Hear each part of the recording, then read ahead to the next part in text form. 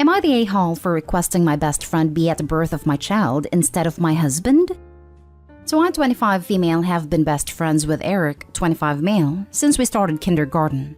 He was there throughout everything, even spied from the next table when me and my 26 male husband went on our first date, and I did the same when he started dating his wife. I was the first person he called when his wife found out she was pregnant both times, and even while she was in labor, I helped him by text. So April, when I suspected I was pregnant, he was with me when I read the results of my test. Even helped me plan a cute way to tell my husband. We have been each other's rock, and I couldn't think of anyone better than him and my husband to be there while I'm in labor. But unfortunately, if things keep happening the way they do, I'll be only able to have one person in the room with me, and that person will be Eric. He was on board, and I planned to tell my husband when I knew for sure. At the moment, it's normal rules, but obviously things can change over a bug issue at any time. But Eric's wife found out and showed up at my house, screaming for a paternity test because she believes the baby's his. It's 1000% not. My husband was in shock and told me he's sick of third-wheeling our relationship, then packed a bag then left. Eric also sent me a text saying he wants to be with me when I go into labor, and he will be limiting our contact from now on. I'm honestly in shock at the events and have gotten so much hate. Now for the comments. You're the a-hole. Do you even love your husband? Is that his child too? I feel like your friend is the father if you'd rather want him in the room. There are definitely times when having someone other than the father of the child be in the room is okay. For example, abusive, no longer together, can't handle the sight of the process, generally squeamish, not a very good comforter, etc. Those things happen. But there's certainly a list of okay substitutes and not okay substitutes. A doula? Sure. Your mom? Go right ahead. Your platonic opposite sex best friend when you're still married? Laughing my butt off. You're the a-hole. Platonic opposite sex BFF, whose wife thinks your baby is actually an affair baby? Massive, you're the a-hole. She went nuclear for a reason. Your husband has a third person in the marriage. Eric. Eric's wife has a third person in the marriage. You. Look, I have a guy best friend and he's literally like my brother, and I tell him lots of things and he's a huge cheerleader of mine. However, I also have boundaries with him. I wouldn't be telling him I was pregnant over my own significant other first. I wouldn't be expecting him to be calling me as his wife was in labor. Like really, get your wife to the hospital, duh. You all can be close, but clearly both of your spouses feel like you have overcrossed a lot of lines. Why did you even marry your husband? Why did Eric even marry his wife? You're the a-hole. This comment is spot on. The part that jumped out to me was that Eric has decided to limit contact in order to maintain his marriage. That means he understands that there is a line you don't cross when it comes to marriage versus friendship. But she is still clueless. If she had said that her husband will be an absolute nightmare in the delivery room based on past experience, I would kinda understand. If not, she is taking away a significant life experience from him. You're the a-hole. Holy moly. You always have the right to choose who you want in the delivery room with you. However, if you choose someone that is your life partner, what does that say about your relationship with him? What does that say about how you feel around them? If you don't feel safest and or trust the individual who you are married to, and the father of your child, then what exactly are you doing here? Is husband your beard? A sap who you can use as a shield to deflect any accusations of having an emotional affair with Eric in front of his wife's face? Your husband is right, and ironically, he is literally the third wheel in his own marriage. Yuck. And seriously contemplate things at this point too. But I feel so awful for your husband. He deserves to be with someone who puts him first and wants him there for the birth of his child. I hope your future ex-husband finds someone who wants to be a partner in life and parenting, because you obviously don't. Sorry, but I think you're getting everything you deserve. Next story. Am I the a-hole for not wanting my parents to be anything more than guests in my wedding? I, 27 female, am the only child of an only child, my mom, and the son of a single woman, my dad, and we are firmly middle class. When I was 8, my aunt, her husband, and my nana were in a fatal car accident. As a result, my cousins, 6 male triplets, were taken in by my parents. Up until then, my mom was a teacher, but with the kids and all they needed, intensive therapy and constant reassurance, she quit her job to be a stay-at-home mom. My dad got a small inheritance from my nana that he used to pay off the house. As for my aunt's life insurance and her husband's, they were split into 3 and put in college funds for my cousins. From ages 8 to 13, my parents were too focused on my cousins that they forgot they had a daughter, and the money was so tight that I had to quit all of my hobbies. Because my cousins' hobbies were expensive and that they needed to make sure that they maintained the same standard of living for them. At 13, my maternal grandparents sat me down. They said that my parents drained my college fund, and that they were threatened by my parents of no contact if they tell me, but that I was old enough to keep the secret. They also said that they will be giving me what they could when I go to college. I guess that was it for me. I stopped seeing my parents as anything more than an egg and sperm donor at the point. Fast forward to when my cousins started going to college, and I guess my parents remembered that they had a kid, but I wasn't interested in having a relationship with them beyond an occasional phone call. Now I am about to get married. I asked my grandpa to walk me down the aisle and my grandma to take on the traditional mother of the bride role for me. Then, because I'm direct like that, I handed my parents their invites in person and told them that they are welcome only as guests or not at all.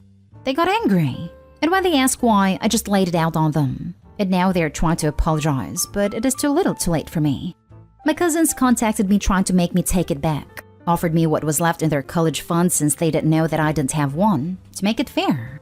I refused, of course. It's more the emotional neglect that hurts, not the money. But a friend said that I was too harsh, that I should forgive and forget. So am I the a-hole? Your parents are lucky you invited them. I hope you can have separate relationships with your cousins though. We do have a relationship. I never held it against them and they are genuinely nice people. I'm so sorry.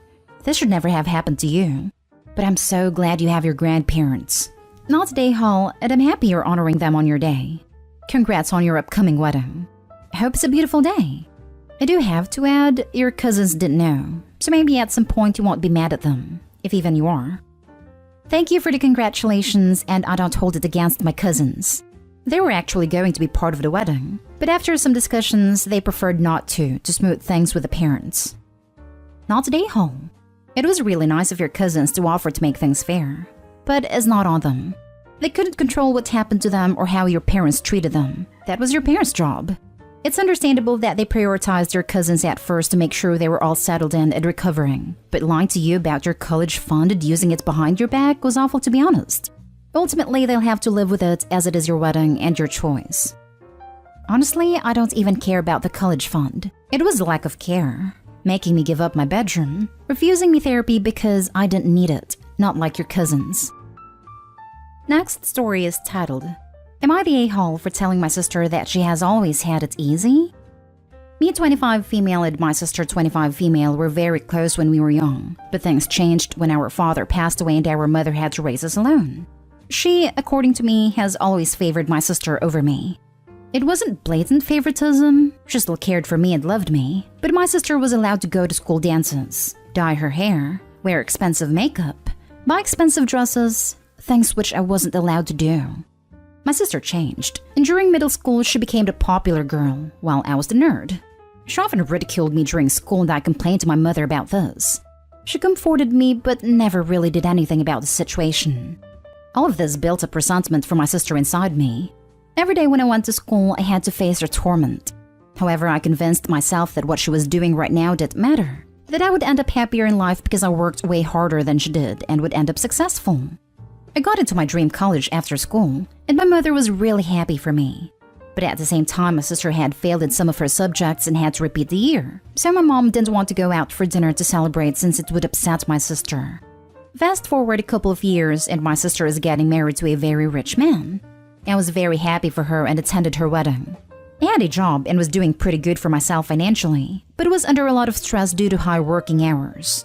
While I was talking to my sister, she said to me and her friends how sad it must be for me to have worked so hard for all those years and still be so unhappy with my life, while she was enjoying hers. She told me that I should have worked smart like her instead of working hard. I got very angry at her and told her that failing school and then deciding to drop out of college was not working smart, and that not everyone was as lucky as her to be born with a pretty face and get married to a rich guy they met on Tinder, even though she herself was a loser. After that, I left. Later, I got a call from my mom telling me that my sister started crying after what I said to her, and that it ruined my sister's special day due to my jealousy. She told me not to show my face to her before I was ready to apologize. What my mom said was definitely true. My mom's subtle favoritism towards her popularity in school, The fact that she has a husband and I'm lonely, and the fact that I have to work hard all my life and still work 12 hours a day to earn money, while she gets served everything on a silver platter while sitting at home, has made me very jealous of her. Am I the a-hole? Not the a-hole. She'll be divorced in a few years, and you'll have all the success you worked so hard for. Your happiness isn't dependent on someone else's misery, but on taking ownership of your own life and being satisfied with who you are and what you're able to accomplish. Not the a-hole. Your sister rubbing her success in your face while demeaning your hard work is horrible. And like the previous comment said, she will likely be replaced once her hubby finds the next pretty face, especially if she has the personality and entitlement you describe. Hopping on the top comment to suggest that you consider therapy. You admit that you are jealous and lonely, and you clearly have resentment towards your family due to bullying and neglect. Now is the time to live your life. Living well is the best revenge, so see if there are avenues to help you with your issues, so that all those bad moments from the past don't intrude on the life you are building for yourself now. Something to consider, OP. Part of therapy may be to go low contact or even no contact with your sister and mother. Seems like you've really struggled with identity issues due to the favoritism. As far as marriage goes, when you find the right person, chances are you will, it will have more substance than your sister's marriage. She seems very materialistic and relies too heavily on physical appearance. But at some point, her looks will fade and or her husband will stop dealing with her entitlement unless she changes. Focus on yourself. Find hobbies to distract you from the BS. As far as your employment goes, making money is great, but you have to ask yourself, is the money worth the stress? If you can say yes, great. Chances are you'll say no and you should seek new employment. Next story. Am I the a-hole for telling my mom that I can't wait to move out and leave her with my siblings? This post might run long, but there's some backstory required. So I, female 25, currently live with my parents along with my siblings, female 26 and male 23. None of us pay rent because my parents want us to save up. Both my sister and I have full-time jobs after going to university and have stable careers. My brother was spoiled since he was young and dropped out of college twice, and currently works with my dad, meaning he goes to work when he feels like it, once a week and for 1 hour. Other than that, he doesn't do anything in the house and sleeps all day, and neither does my sister. Alongside my mom, I cook and clean for them, since I know how to as I was the only one who moved out for college. My mom or dad don't force them to do anything, so they don't. They don't know how to cook or clean. They also have no plans to move out, whereas I do once I save enough money. I keep trying to tell my parents that they need to force my sister and brother to grow up, and that they can't be so reliant on them for basic necessities that an adult should be able to do for themselves. But my parents are adamant that it's fine. Here's where it got really bad. I was in a work meeting and I was stressed out, and my parents asked me to make dinner for my siblings. And I said I couldn't and that my siblings can easily get dinner started. She said no because my brother was sleeping at 6 p.m. and my sister was at home. I said this is getting too ridiculous and that I can't wait to move out so that my parents can deal with their adult children alone. I told them to not come whine to me when my siblings are 40 and still living at home. I feel terrible because my parents do a lot for me too, but I feel like the Cinderella of this story. And I feel taken for granted because I know how to survive as an adult. Not today, Hole. Your parents needed to hear that. Hopefully it will sink in. Besides, there's a difference between helping your parents who helped you versus leaving for two lazy adult children who haven't done anything for you. Honestly, this is ridiculous. They want you to cook for a 26-year-old and a 23-year-old? Are they toddlers? You are right that your parents are in for a hell of a time once you move out. If they had been under my grandma, she would have kicked them. Start cooking normal meals for you and your parents and kid meals for your siblings. Tiny servings of frozen chicken nuggets and chips, peanut butter and jelly sandwiches, microwave mac and cheese. And for maximum effect, get them a cheap plastic kid meal toy each. Yeah, I'm petty. Not today, home.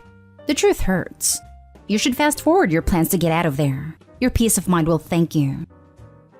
Now for the last story. Am I the a-hole for asking my son on my parents' behalf to stop speaking his native language? I am originally from Egypt, but moved to Sweden after I unintentionally became pregnant while on vacation several years back. My parents were enraged at the news, since I wasn't married to the father of my child, so I decided to separate from them and move to Sweden and married my husband. We now have a son, 15, and our cat. I recently convinced my husband and son to move to Egypt, and things have been a little rough. Our son has been fighting me left and right. One of the main reasons I wanted to move back was because my parents and I have made peace, but they do not want any Swedish spoken in their presence as it isn't their language. My son knows Arabic as a second language, but he refuses to speak it when he doesn't have to, instead speaking in Swedish for most of the time. My parents have told me they don't like it, and I don't like it either. I find it disrespectful and I feel like Sweden isn't part of our lives anymore. So I asked my son if he could stop speaking the language, at least not constantly. He called me Nihal and hasn't spoken to me. I don't want to involve my husband because he's been very stressed lately. I hope someone sees my point of view. Now for the comments. This may be the post that earns A-Hall of the Week. Sweden is all your son has ever known. That's his entire life that you just appended to please your honestly awful parents. Saying that Sweden isn't part of our lives anymore is horrid. The world doesn't revolve around you or your desires. You sound like a narcissistic parent based on those comments, and your complete disregard for your son's emotional state. You're the a-hole. Exactly this. Sweden may no longer be part of your life, but it is very much of your son's life. It is all he has known until you persuaded your family to move to please your parents, who has suddenly had a change of heart and want to know you. Sweden will also be part of her life in the future. Her husband is Swedish. Unless they fully cut contact with his family and all friends from the past 16 years. Pretty sure Sweden will be her son's entire life when he escapes her in 2 to 3 years.